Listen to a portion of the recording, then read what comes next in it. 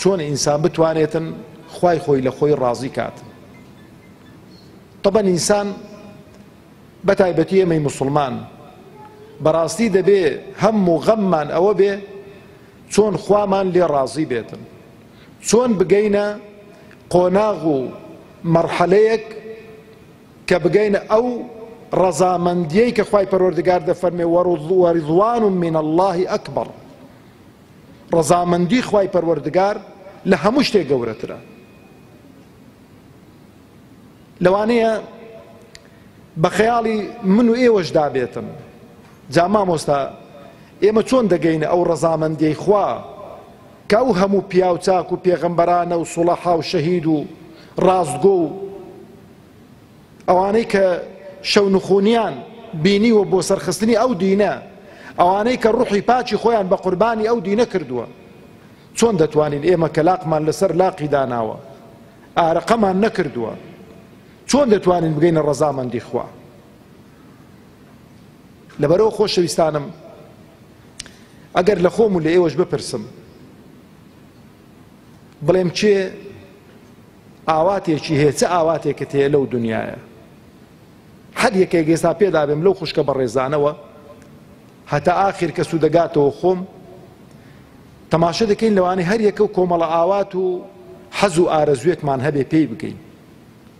ئەو حەز و ئارەزوانەی کە پێی دەگەین قەنەعەتم وایە هی من و هی ئێوەش بەشێکی زۆری هی دنیاییە، بەشێکی زۆری هی دنیاییە.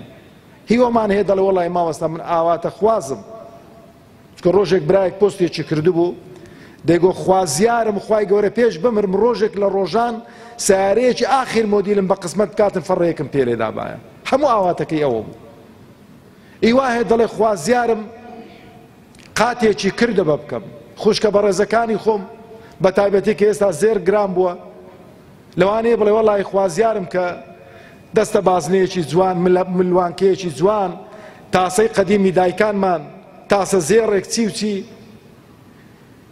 برایانمان لەوانەیە هەر یەکە و بە نەوعێک حەز و ئارەزوێکمان هەبێتن، بەڵام گەورەترین و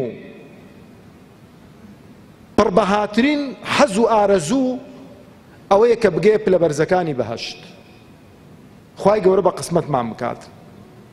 لەبەرەوەش پێغەمبەری خوا عەلەیهی سەڵات وسەلام ئامۆژگاریمان دەکا دەفەرمێ ئەگەر داوای بەهەشتان کرد داوای فردەوسی ئەعلا بکەن لە خوا تەبارەک و تەعالا، خوای گەورە فردەوسی ئەعلا بە قسمەتە مولایەکمان بکات. چونکە ئینسان ئەگە داوای شتێکی گەورەی کرد خۆی بۆ ئامادە دەکاتن، کردەوە ئەعمالەکانی خۆی چاک دەکاتن، ئیهتیمام بە واجبات و سنەتەکانی دەداتن بۆی کە بگاتە ئەو مەرتەبە و ئەو پلەپایەیە. بەڵام ئەگەر ئینسان ئەو طموحەی نەبێ هیمەتیشی نابێ کار و کردەوە ئەعمالی ساڵحیشی نابێ هەر لە دوایە خۆی دەبین هەر دەڵێ کوڕە دەی قەیدی ناکە من ئەگە ئاخر کەسیش بوونە جەهەنەمێ بێمە دەرێ گوێم لێ نییە. زۆر خراپە ئەوە. بۆ ئاواتە خواز دەبی بۆی کە لە جەهەنەم ئاخر کەس بێتە دەرەوە؟ بۆ ئاواتە خواز نابی لەوانەی کە بەبێ حەشر و حیساب دەچنە بەهەشت؟ بۆ لەوانە نەبین؟ بۆ لەگەڵەوانەدا نەبین؟ چه مانیعێکە؟ هیچ مانیعێک نییە. بۆ خۆمان بڕیار دەدەین. لەبەرەوە ئەم شەو دوو فەرموودەی زۆر دڵخۆشکەر ئیشاڵە لە فکرتان ناچێتەوە، هەندە دڵخۆشکەرنەتا مانجی دادێ، ئەوەندە بەتام و چێژ و بەلەزەتن، مژدەیەکی زۆر دڵفڕێنن بۆ هەموو ئەو کەسانەی کە مشتاقی پلە بەرزەکانی بەهەشتن. زۆر ئاسانیشە. فەرموودەی یەکەم پێغەمبەری خوا عەلەیهی سەڵات وسەلام ڕوح و گیانم بە قوربانی بێ دەفەرمێ ئەلا ئونەبیئوکم بخەیری ئەعمالیکم. جوان گوێڕا بگرن. ئەلا ئونەبیئوکم بخەیری ئەعمالیکم. ئایا پێتان بڵێم بە چاکترین کردەوەکانی ئێوە؟ چاک و چاکتر هەیە. چاکتر سیغەی تەفضیلە، جەنابی مامۆستای لەمە چاتر دەزانێ یعنی شتێکە لە هەموو شتێک باشتر بێتن.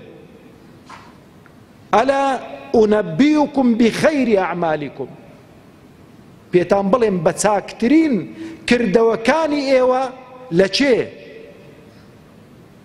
لە لای خوای پەروەردگار تەبارەک و تەعالا، کە خوا قبولیان دەکات تەبارەک و تەعالا. وأزكاها عند ملككم، وأزكاها عند ملككم.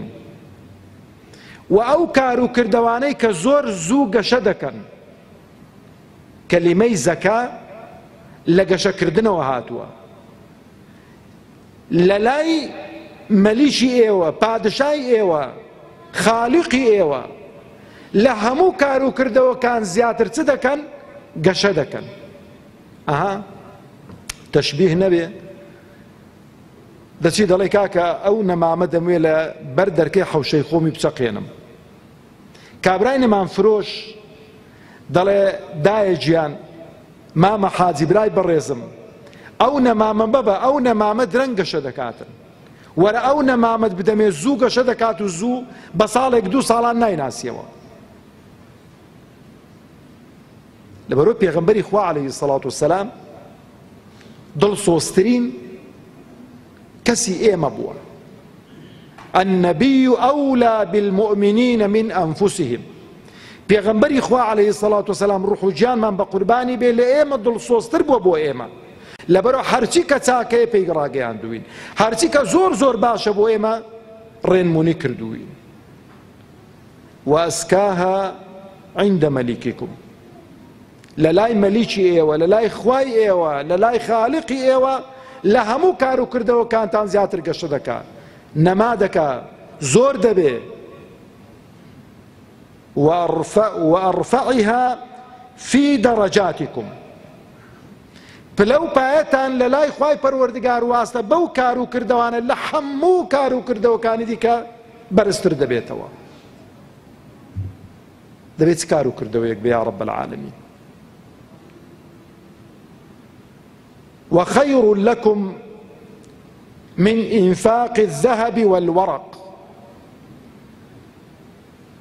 وخير لكم ديسان صيغي تفضيلة زور تاكتر لبو ايوه لبخشيني زيرو زيو، يعني او زيرو زيوي كهتانا حموي ببخشن بينا وخوا هيش تانا قاتو كارو كردويا.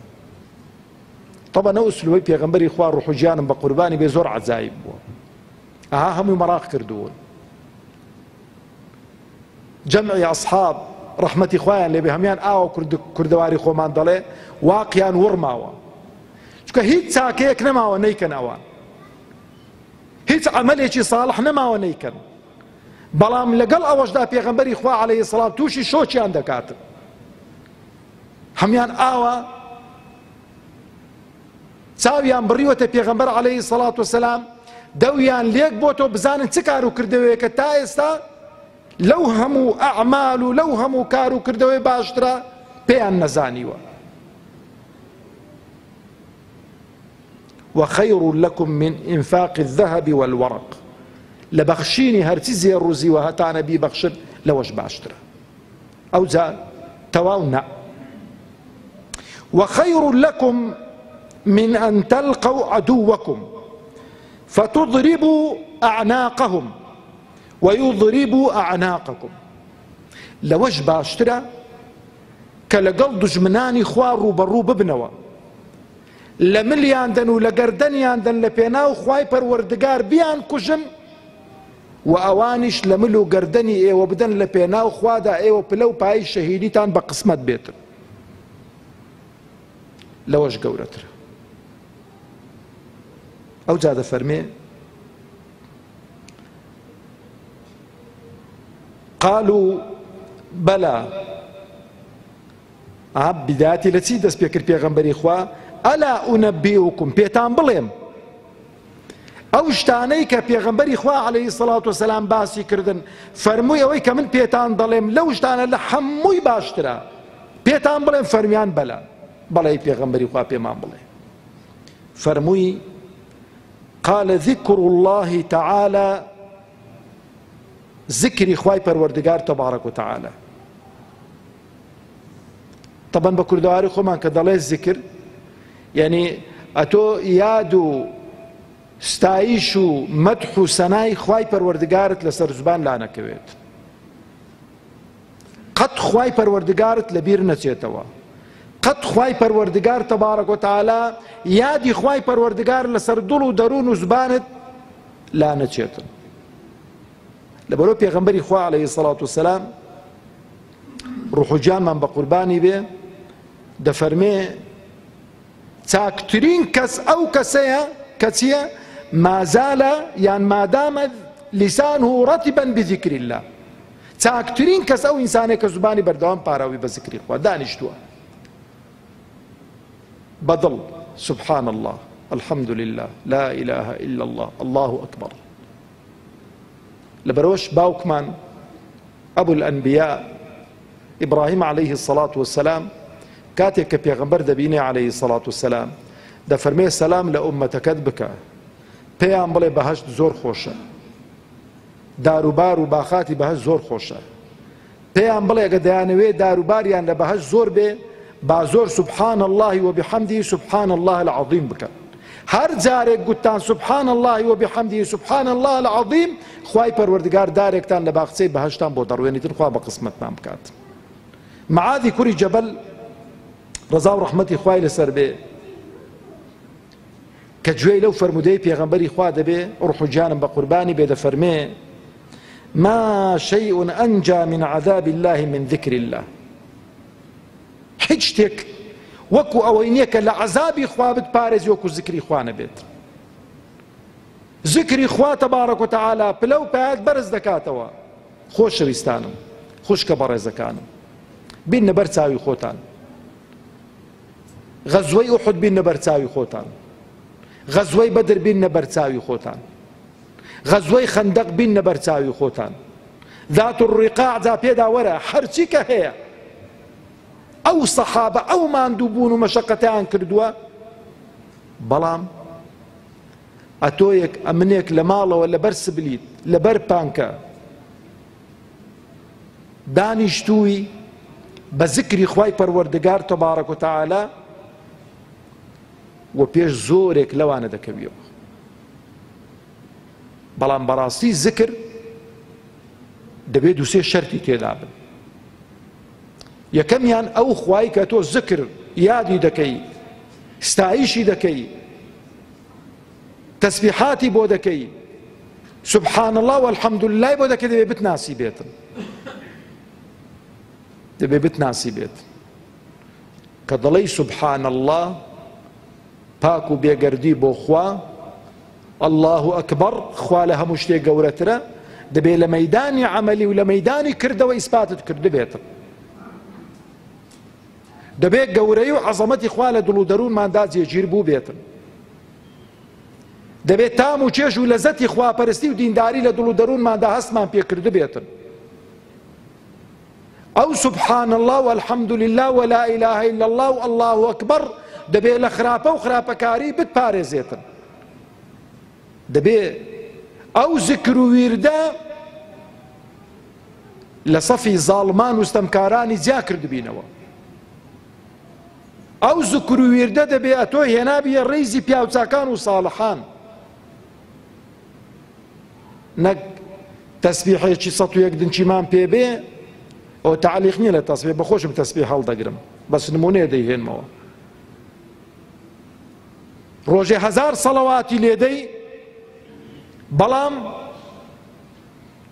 بە بەجن و باڵای تاغوت و ستەمکارێک هەڵبڵێی، ڕۆژێ 1000 جار بڵێی سبحان الله والحمد لله، بەڵام ئەندام بی لە گروپێکە کابرایەکی زاڵم و نوێژنەکەر و مەشروب خۆرەوە سەرکردایەتی دەکاتن، لێ حاڵی نەبووی لە تەسبیحاتەکەی، لە زیکر و ویردەکەی.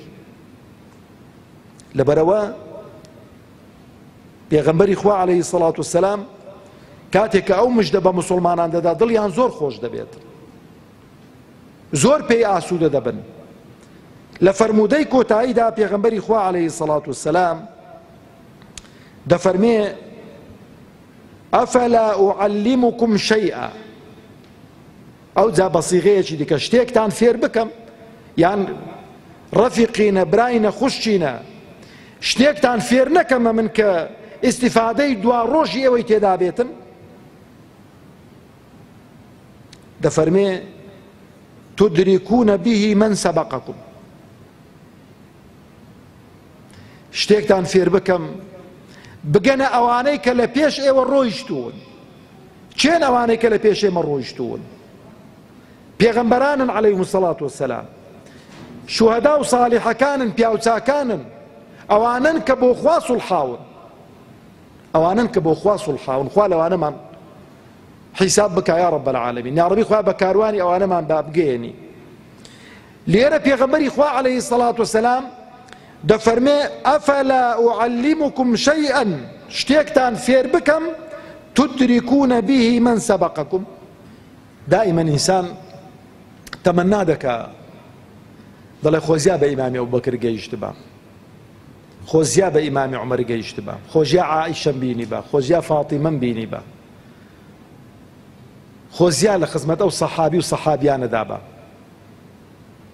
پێغەمبەر عەلەیهی سەڵات وەسەلام پێمان دەفەرمێ ئەفەلا ئوعەللیمکم شەیئا تدركون به من سبقكم بگەنە ئەوانەی کە لە پێش ئێوە ڕۆیشتوون ئەو جا وتسبقون به من بعدكم